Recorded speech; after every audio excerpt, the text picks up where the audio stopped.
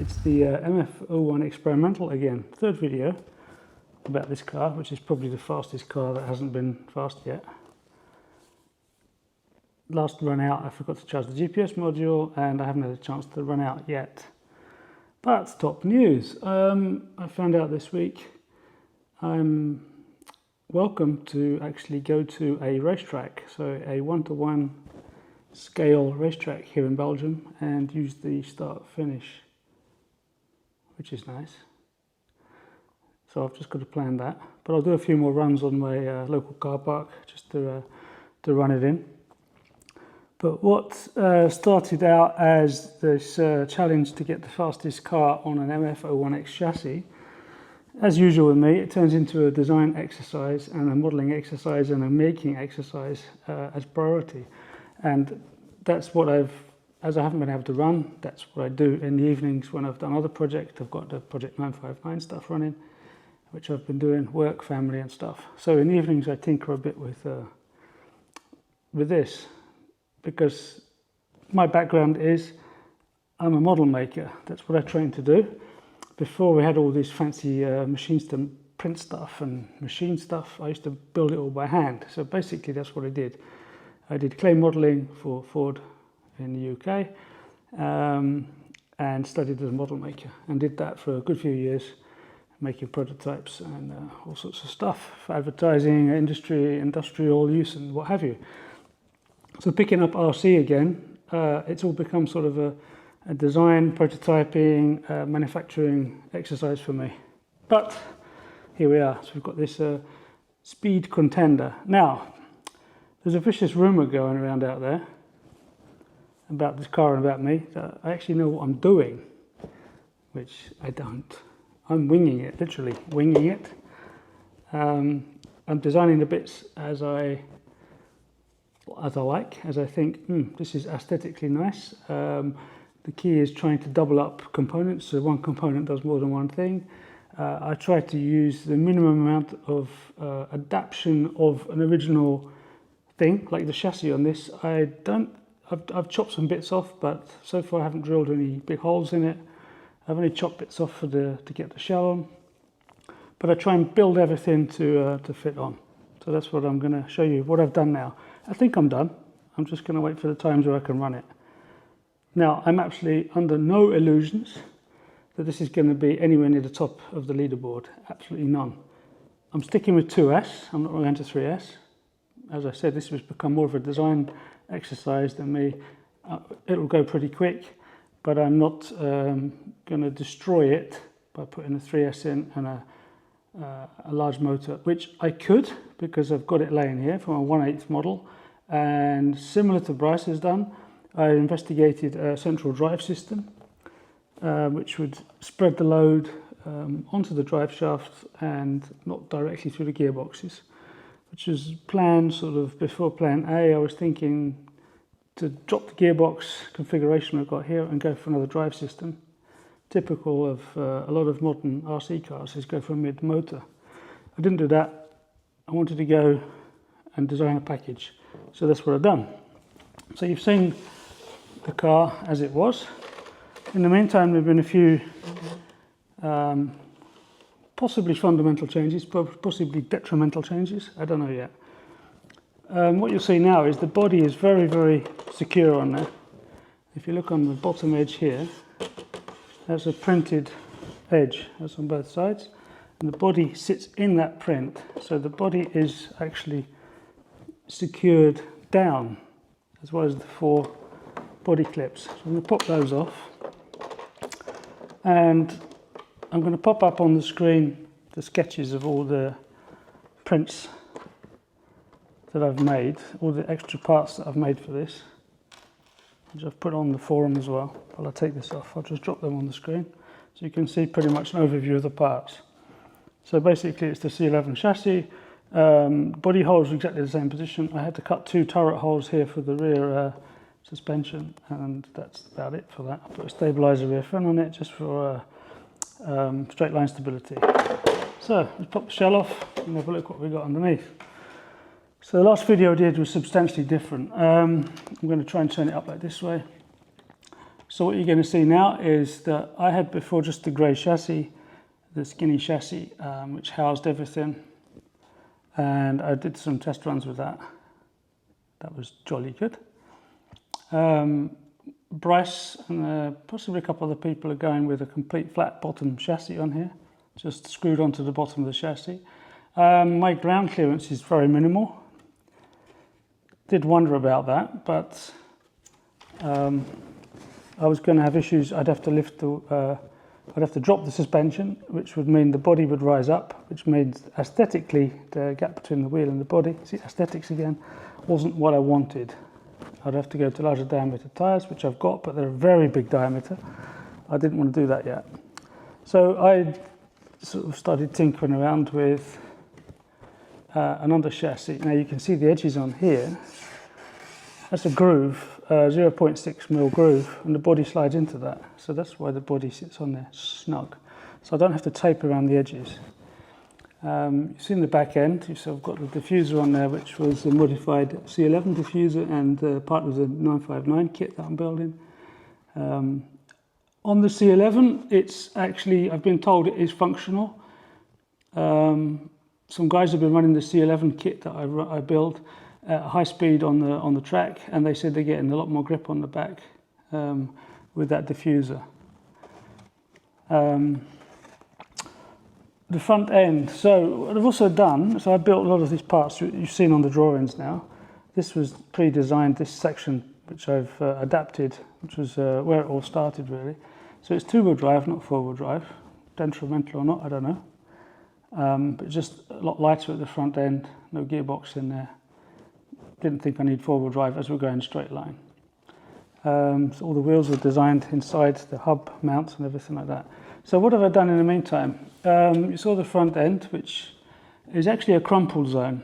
So I've got this foam bumper, which is a carryover from the 959, which I'd already built for the MF05 club racer that I built. So that's already a given crumple zone. So the biggest change I did was on the bottom. I've built a plate which goes right across the bottom with some ducting on there. Now, I have no idea if that's going to work or not. I mean, that could suck it down to the ground and stick it to the ground, not go anywhere. It could be detrimental, could be advantageous. It looks good, it keeps the muck out from underneath the car.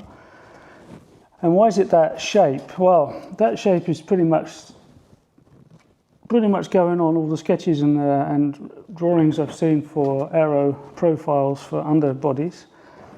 But also dominating the design idea was the fact that I'm running a shorty pack in there, so you can see the shorty pack sits in there. So I had to go around that. So it's designed just to go around that, which does leave me with a problem. It means, and I had that problem before, which I didn't mind. The battery pack goes in there and it stays in there, so I can charge it in the car. It's only built for going short blasts. I'm not swapping batteries and running again. The motor would probably overheat by then anyway, or something will blow up. So the battery will be installed, it will be charged, installed.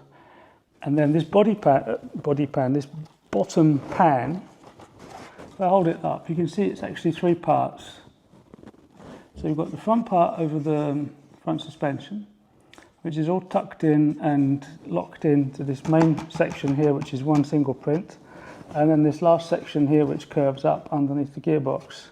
So they're all bolted together, so there's little M3 bolts going through there. So that is actually one complete part which can be pulled off. And if I'm not wrong, so that's held on at the back with the two bolts that hold the diffuser on. So the M3 bolts that come through with nuts on. So that clips under there. It's not tightened yet. And at the front, it clips into my front suspension mud bumper mount with brass bushings and 4 countersunk 3mm stainless screws. And then, so they're all bolts on, bolts off. So I've got 4 extra holes down the center, which I could use. I put them in there to drill the chassis, put bushings in the chassis so I can throw in another 4 bolts to hold it on the bottom of the chassis. But it's pretty, yeah, I can hold it up like that. It ain't moving. This is carbon fibre reinforced PLA. Best of both worlds. There's some more holes down the side here. and they were for putting a strap over here if I needed. So I could model and print a strap which goes and they bolt through there. And then to close up the front end, I'll just put the shell back on, because the front end was a gaping hole. So to close up inside there, I've got another plate which bolts, which actually slides in between the foam and the under tray. And that is designed to be very thin and a crumple zone. So if this does get a whack, the idea is that bits will break and not sacrifice the whole car. Now, whether that's right or not, I don't know. So the idea is this will shatter, that's very thin, that will shatter, the foam will do some absorption, and then this front end will just collapse.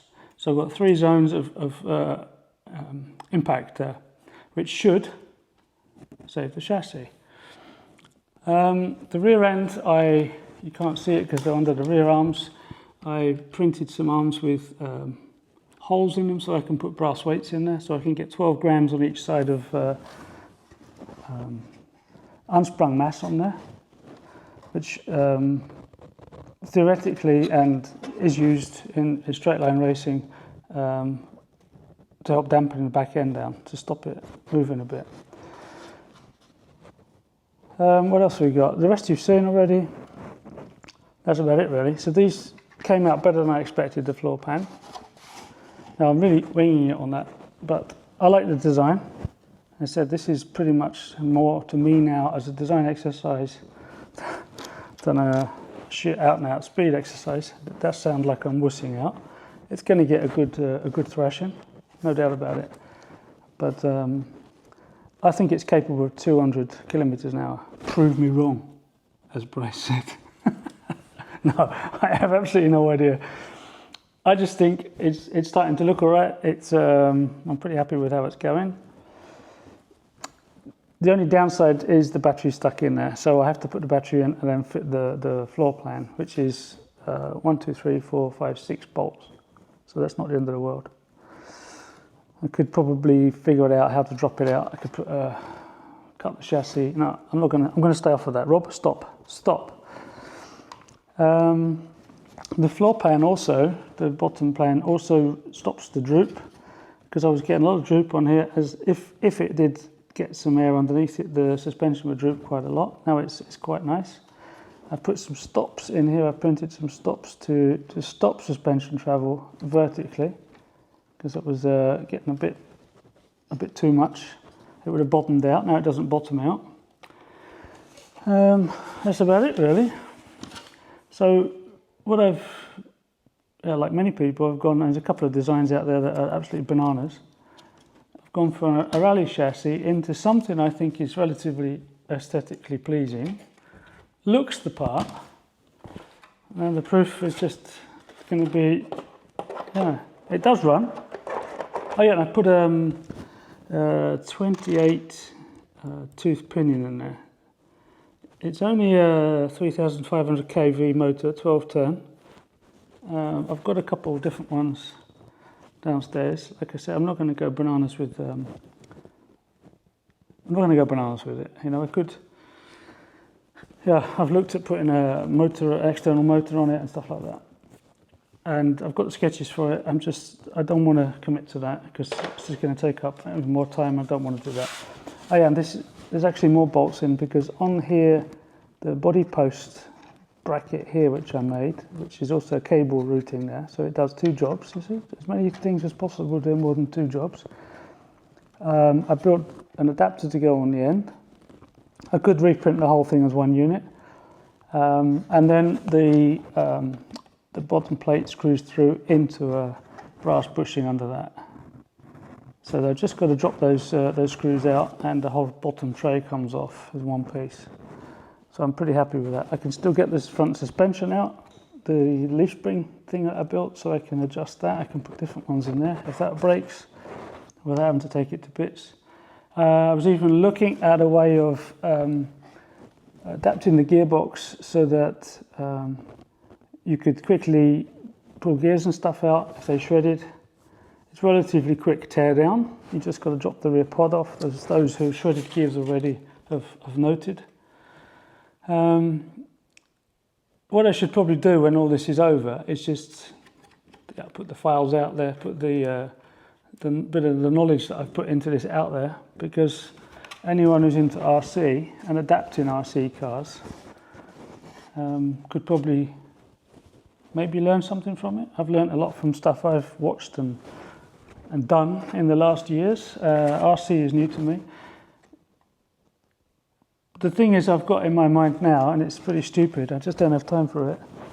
And you've seen on the sketches that I've built a lot of parts for this. The only bit that I haven't really built is the chassis itself, the MF01X chassis, which is, for what we're doing here, is way too bulky and over the top. I don't need all that. So what's in the back of my head is really designing a speed monster.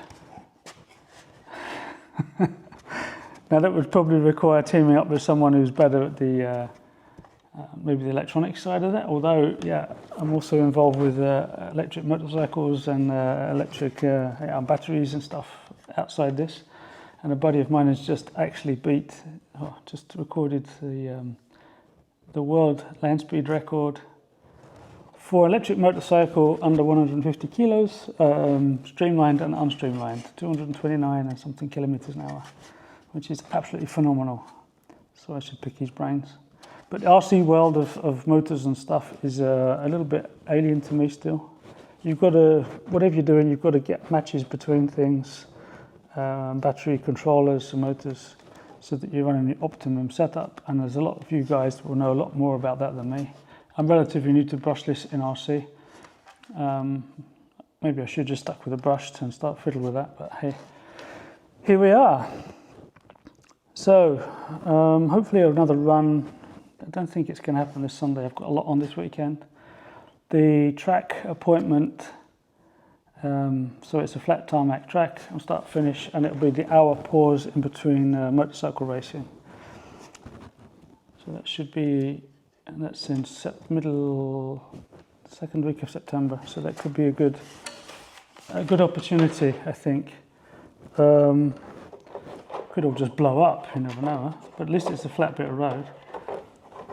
And I've had this in the car, so you see the bodywork. If I move it back here, the bodywork tucks in that edge there. There you go. It's on. Got my ground clearance still. It's on. So I'm still looking for a nice bit of road locally, but I'm not holding out too much hope for that.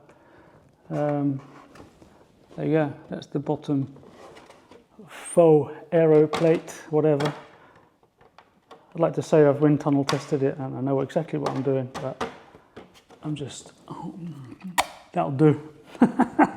Anyway, enjoy guys, it's fantastic seeing everybody's cars, like the stock looking Escorts and stuff going absolutely ballistic. I don't think this is going to go nearly as fast as some of those cars, but to me the important thing is it looks fast. So there you go, have fun guys.